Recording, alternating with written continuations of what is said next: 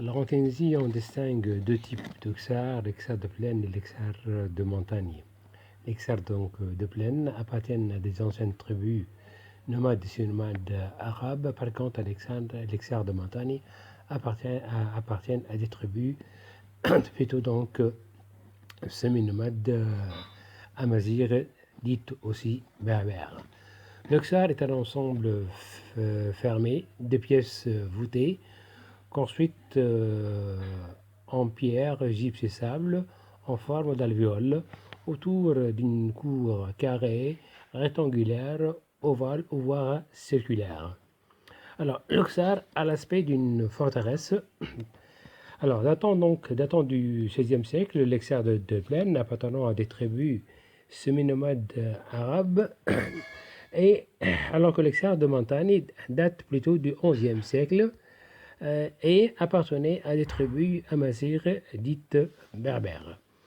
Le XIe siècle a été marqué par justement l'invasion des tribus nomades arabes dites les Beni Hillel, venues bien sûr de l'Égypte. Ces tribus-là ont été expédiées par le calife fatimide Al-Mu'azz al-Din al-Fatimi pour se venger de son suzerain, le prince Zérid Boulkin Bézir, qui a osé déclarer son indépendance, sa séparation du pouvoir central donc, du Caire. Alors l'Auxarre, il a une triple fonction, une fonction agricole, une fonction sociale et une fonction militaire. Alors, comme fonction sociale, il est donc le point d'attache de la tribu dans son cycle de vie semi-nomade. Il n'a jamais servi d'habitation, car les Xuriens habitaient donc toujours dans des tentes tissées en poils de dromadaires ou de chèvres qui s'installaient dans la cour du Xar. Comme fonction agricole, le Xar servait donc de grenier, donc de lieu de stockage des produits agricoles, notamment de l'huile d'olive, des fixes, des dattes sèches qu'il stockait dans des amphores en terre cuite et autres victuailles. Alors, comme fonction militaire, le Xar servait donc de lieu de refuge pour la tribu là, pour s'abriter donc des attaques et des raids menées par des tribus ennemies, notamment en période de guerre.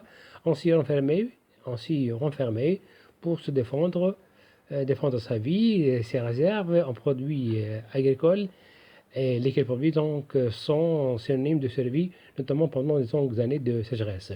De même, dans ces pièces-là, on stockait aussi donc ces objets de valeur tels que bijoux ou autres. Alors, il y a donc des xars qui ont 2 étages, d'autres ont 3 voire 4 étages. Alors, on voit notamment donc des escaliers adossés au mur qui permettait l'accès à l'étage supérieur. La pièce donc, elle est de forme oblongue, et elle est voûtée et dotée de 2 lucarnes servant donc assurant l'ensoleillement et l'aération. L'aération est nécessaire pour assurer la fraîcheur nécessaire pour le bon conditionnement des céréales et autres victuailles.